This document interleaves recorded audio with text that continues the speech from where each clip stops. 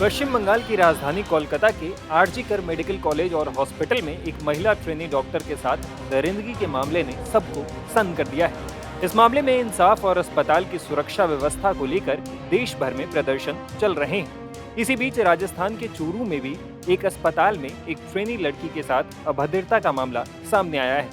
ये घटना चूरू के राजकीय भरतिया अस्पताल का है। यहाँ के इमरजेंसी वार्ड के इंचार्ज सुभाष सिहाग पर 20 साल की दलित ट्रेनी लड़की से छेड़छाड़ करने और रेप की कोशिश करने का गंभीर आरोप लगा है। इस घटना से आहत पीड़िता ने बाद में घर जाने के बाद खुदकुशी करने की भी कोशिश की। उसने जहर खा लिया, इससे उसकी तबीयत बिगड़ गई, लेकिन परिजनों को समय रहते पता चल गया और वे लोग ट्रेनी लड़की को अस्पताल लेकर पहुंचे। पीड़िता के परिजनों का भी कहना है कि उसने घर पर बताया है कि सुभाष सिहाग ने उसके साथ जबरदस्ती करने की कोशिश की थी।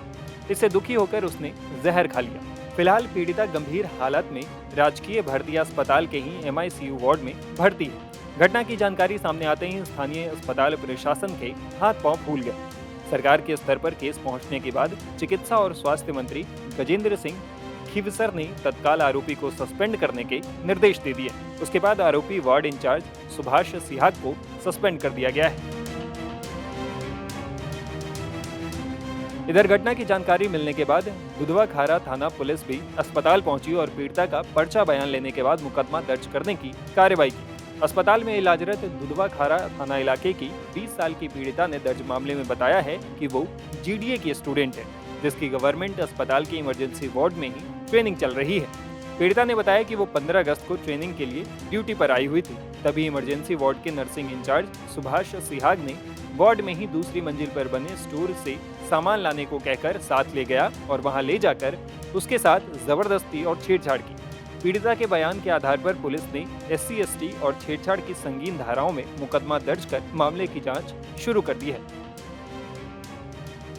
इधर घटना की जानकारी मिलने के बाद नगर परिषद सभापति पायल सैनी अस्पताल पहुंची और MICU वार्ड में भर्ती पीड़िता से मुलाकात की। मीडिया से बात करते हुए सभापति ने कहा कि एक तरफ केंद्र की सरकार कोलकाता रेप और हत्या मामले में पश्चिम बंगाल की सरकार को घेर रही है, वहीं दूसरी तरफ भाजपा सरकार के राज में बेटियों के साथ अस्पतालों में दुर्व्यवहार हो रहा है।